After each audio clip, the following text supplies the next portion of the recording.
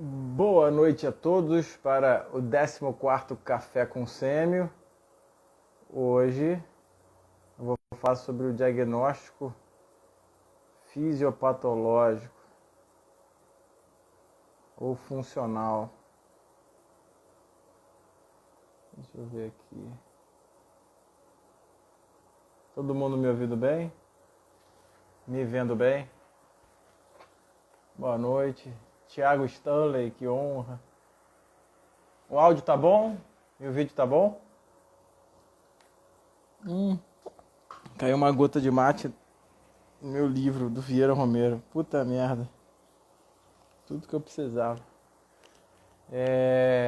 Pessoal, eu vou falar mais uma vez hoje com base numa parte do livro do Vieira Romero, ainda sobre a parte geral. Eu já falei dessa parte em alguns momentos, mas eu não me prendi a isso. Não que eu me lembre, né? E às vezes eu acabo esquecendo as coisas que eu falo. Não as coisas que eu prometo, né? Mas também esqueço às vezes as coisas que eu prometo. Enfim, sobre diagnóstico. Então, na parte geral do livro do Vieira Romero, tem um parágrafo sobre diagnóstico que a gente precisa dar uma esmiuçada hoje. Tá? Que ele fala o seguinte: com dados, né, diagnóstico, com os dados recolhidos no exame clínico e no laboratório, e depois de julgá-los, de coordená-los e sistematizá-los, firma-se o diagnóstico. Ou seja, com os dados recolhidos no exame físico, no exame clínico, no laboratório, e depois de julgá-los e coordená-los, ou seja, dados laboratoriais também são sinais.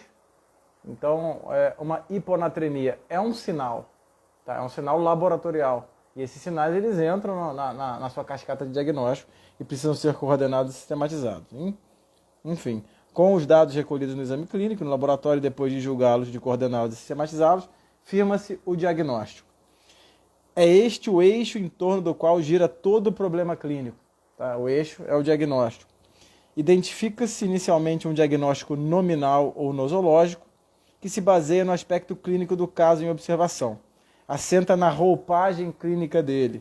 Essa roupagem clínica nada mais é do que um reconhecimento de padrão. Tá? É óbvio que para a isto chegar, ter-se-á que considerar o conjunto de elementos subjetivos e objetivos que o doente apresenta. Aí tem um café com sêmio que eu já falei dos elementos subjetivos e objetivos, né? Tal diagnóstico nosológico torna-se completo quando assenta na tríplice criada. No tríplice critério, desculpa. Quando assenta-se no tríplice critério. Então, segundo Vieira Romero, para o diagnóstico existe o tríplice critério. O tríplice critério é você identificar diagnóstico anatômico, diagnóstico funcional e diagnóstico etiológico. Eu chamo esse diagnóstico funcional de diagnóstico fisiopatológico. Tá? Diagnóstico anatômico, diagnóstico funcional e diagnóstico etiológico. O diagnóstico anatômico especifica o estado somático do órgão comprometido. Determina a sede e o tipo da lesão anatômica. Ou seja, o paciente tem uma insuficiência cardíaca, e por falar nisso, o Rodrigo Sá, meu cardiologista preferido, entrou aqui, professor de eletrocardiograma. E o diagnóstico anatômico de uma insuficiência cardíaca é no coração. E anatomicamente esse coração às vezes se apresenta com uma hipertrofia, com uma dilatação ou com um quadro restritivo. E sempre quando eu lembro de insuficiência cardíaca com padrão restritivo, eu lembro de um caso que eu vi com o Rodrigo Sá na residência de uma amiloidose cardíaca. Não sei se você lembra. O diagnóstico foi dado por uma cintilografia. Eu tenho certeza que você lembra porque eu fui com você lá na medicina nuclear discutir o caso. Se você estiver online aí, me fala aí se você lembra. Tá? Então, o diagnóstico anatômico é o órgão acometido. O diagnóstico funcional e depois o diagnóstico etiológico. Eu vou pular o funcional para falar depois, que eu vou me alongar um pouquinho mais. E depois, agora o diagnóstico etiológico. O diagnóstico etiológico é o agente nosológico. É aquele agente que causa a lesão orgânica. Exemplo, numa síndrome gripal, é o vírus da gripe. Numa insuficiência cardíaca causada por uma hipertensão, a etiologia é uma síndrome de insuficiência cardíaca, é uma cardiopatia hipertensiva. Mas existe o diagnóstico funcional. Tá? Então, o diagnóstico anatômico, funcional e etiológico. Anatômico, o órgão acometido. Tá? Etiológico, o agente causador. E funcional. Diagnóstico funcional é indica o estado funcional do órgão alcançado pela doença. E é disso que eu vou falar, vou até fechar o livro. Tá? O diagnóstico funcional, ele significa a percepção do estado funcional do órgão do sistema cometido pela doença. Isso é muito bom, tá? E muito ruim ao mesmo tempo. Vou dar um exemplo de um paciente com uma insuficiência cardíaca, que foi o exemplo que eu dei. É um exemplo que é muito bom para entender esses diagnósticos. Imagina então um homem de 75 anos, hipertenso de longa data, já tem mais de 15 anos de diagnóstico de hipertensão, e ele toma ali 3 antihipertensivos e vem com uma história de uma dispneia progressiva nos últimos 3 meses. Essa dispneia ela vem progredindo, associada à ortopneia, dispneia paroxística noturna. No exame físico da admissão dele no hospital, que ele refere que está com uma dispneia a pequenos esforços agora, nos últimos 4, 5 dias. Você percebe ali turgência jugular patológica, crepitação nas bases, além da ortopneia e dispneia paroxística noturna, também tem um edema de membros inferiores, uma hepatomegalia congestiva com refluxo hepatojugular, e fica muito evidente ali o diagnóstico sindrômico, tá? Que é uma síndrome de insuficiência cardíaca, né? É um diagnóstico sindrômico de uma síndrome de insuficiência cardíaca que, de certa maneira, é até fácil de entender. Tá? Bom, esse paciente que eu contei a história de um hipertenso com 75 anos, uso de várias drogas antihipertensivas, há mais de 10 anos de hipertensão, é muito provável que a etiologia seja uma cardiopatia hipertensiva. É um hipertenso mal controlado, você vai e faz um fundo de olho nele. Aí você vê que tem retinopatia hipertensiva, ele tem também uma alteração renal, uma nefropatia hipertensiva, e aí você tem ali muitos elementos que permitem um diagnóstico provável, muito provável, de uma cardiopatia hipertensiva como diagnóstico etiológico para essa síndrome, tá? Para essa síndrome de insuficiência cardíaca.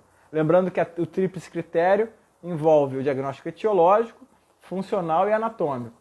Anatomicamente, o problema dessa síndrome de insuficiência cardíaca é muito evidente que é no coração. E como esse coração se apresenta numa cardiopatia hipertensiva, que a gente sabe que a sede do problema é no coração, normalmente esse coração se apresenta com hipertrofia de suas paredes, tá? E numa fase mais avançada com dilatação. Então seria uma apresentação hipertrófica, tá? Anatomicamente falando. Então a anatomia do coração, que você vê num ecocardiograma, por exemplo, ou no exame físico, você percebe também, de repente, uma presença de uma B4, uma B3 também, mostrando sobrecarga de volume, numa fase onde há sobrecarga de volume. Tá? Numa radiografia de tórax que tem a área cardíaca aumentada, num eco que tem um aumento da parede, né, a hipertrofia do VE, num eletro que mostra também sinais de hipertrofia. Aí você dá o diagnóstico anatômico. Né? Onde está o problema? Está ali no coração. Ó. O órgão afetado é o coração. Tá? O diagnóstico etiológico a cardiopatia hipertensiva. Tá? Só um parêntese. Esse diagnóstico síndrome de insuficiência cardíaca que eu descrevi, ele pode estar presente, por exemplo, num rapaz de 25 anos que abre um quadro de dispneia, edema, turgência jugular, crepitação em base, enfim, dispneia paroxística noturna, ortopneia, depois de uma gastroenterite. Tá? Ele tem uma gastroenterite, alguns dias depois ele evolui dessa forma com a mesma síndrome, né? Síndrome de insuficiência cardíaca. Mas é muito pouco provável que seja uma cardiopatia hipertensiva. Eu estou contando uma história de uma miocardiopatia viral, provavelmente aguda, né? Uma história um pouco mais crônica, mais arrastada, outra é aguda. Mas a síndrome é a mesma, a etiologia é diferente. Eu dei um exemplo de uma cardiopatia hipertensiva e agora de uma miocardiopatia viral. Tá? Bom, e a questão do diagnóstico funcional? Tá? Qual é o dano funcional desse órgão? E aí o lado bom disso aí? Tá? Tem um lado bom e um lado ruim. O lado bom é que você consegue entender quais os sinais semiológicos associados a uma disfunção.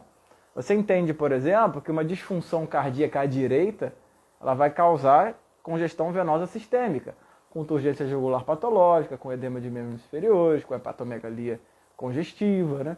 E aí você fala, poxa, esse coração aí ele não está bombeando o sangue para frente, né? Beleza. O coração não bombeia o sangue para frente, então esse sangue fica para trás e faz congestão sistêmica. Beleza. Aí você pensa assim, se for uma insuficiência cardíaca do lado esquerdo, esse coração não bombeia o sangue para frente, ele acumula nos pulmões, faz dispneia paroxística noturna, ortopneia, e faz os sintomas mais respiratórios. E você, através da função, consegue identificar se o problema é mais no coração direito, mais no esquerdo ou nos dois, tá? Esse é o lado bom, ok. Você pensa, você imagina, né? Lembrar que imaginação significa criar imagens, né? Você vai imaginar o coração não bombeando sangue. Então você pensa lá, pô, é um coração que vai estar aumentado, vai ter uma fração de ejeção diminuída, ele não está bombeando sangue para frente. Ok. Se for o coração esquerdo, vai dar mais sintoma respiratório. Se for o coração direito, vai dar mais sintoma sistêmico. Até aí beleza. Até um dia você criar essa imagem na sua cabeça que a disfunção cardíaca se dá através de um déficit, e de forma grosseira você fala que é uma falha no bombeamento do sangue, até o dia que você pega um paciente que não tem alteração de fração de ejeção, né? Você pega um paciente com todos esses sintomas aí de insuficiência cardíaca, você define que é uma insuficiência cardíaca esquerda e direita, ou seja, das duas câmaras, e aí você faz um ecocardiograma e vem lá, fração de ejeção normal, tá? Coração de tamanho normal, com disfunção diastólica, uma hipertrofia discreta de ventrículo esquerdo e fração de ejeção normal. E aí você dá uma bugada. Você fala assim, peraí, você vai rememorar a imagem que você criou na sua cabeça do diagnóstico funcional e vai falar assim, não faz sentido para mim um coração, tá? Um coração que tem a fração de ejeção normal, tá? Mas ele está com todos os sintomas clínicos como se a fração de ejeção não fosse normal. E aí você paralisa e entra em conflito com a realidade. Tá? A realidade é que um paciente de verdade, ali na sua frente, tem uma síndrome de insuficiência cardíaca. Você pode até pensar nas etiologias, mas o diagnóstico funcional ele para de fazer sentido na sua cabeça, ou o diagnóstico fisiopatológico. Tá? Qual que é o problema disso? O problema é que há um ponto oculto aí, tá? Que é um segundo processo funcional / fisiopatológico que pode estar em andamento, que no caso é da insuficiência cardíaca de fração de ejeção normal. Tá? Viu, Tomar? Boa noite. Que é a fração de a insuficiência cardíaca de fração de ejeção normal. Existem pacientes que vão ter todo o quadro sindrômico de uma síndrome de insuficiência cardíaca, tá? E a fração de ejeção é normal. Por quê? Porque o déficit dele não é sistólico. O déficit é diastólico. Então não é que o coração não bombeia o sangue para frente, né? Na verdade, 90%, entre aspas, do que ele recebe, ele consegue jogar para frente. Ele recebe, ele joga para frente. Você imagina assim, se a bomba não está funcionando, dos 100% que ele recebe, ele joga 30% para frente, né? Aí fica acumulando sangue. E aí, nesse caso, que a insuficiência cardíaca é diastólica, você não pensa que ele pode estar, na verdade, não conseguindo receber o sangue na diástole. Então, na hora da diástole, ele tem que receber, por exemplo, 100 ml, ele não consegue, ele recebe 10 ml. Só que ele joga 9 ml para fora. Ou seja, ele joga 90% do que ele recebe. Então, a fração de ejeção é normal.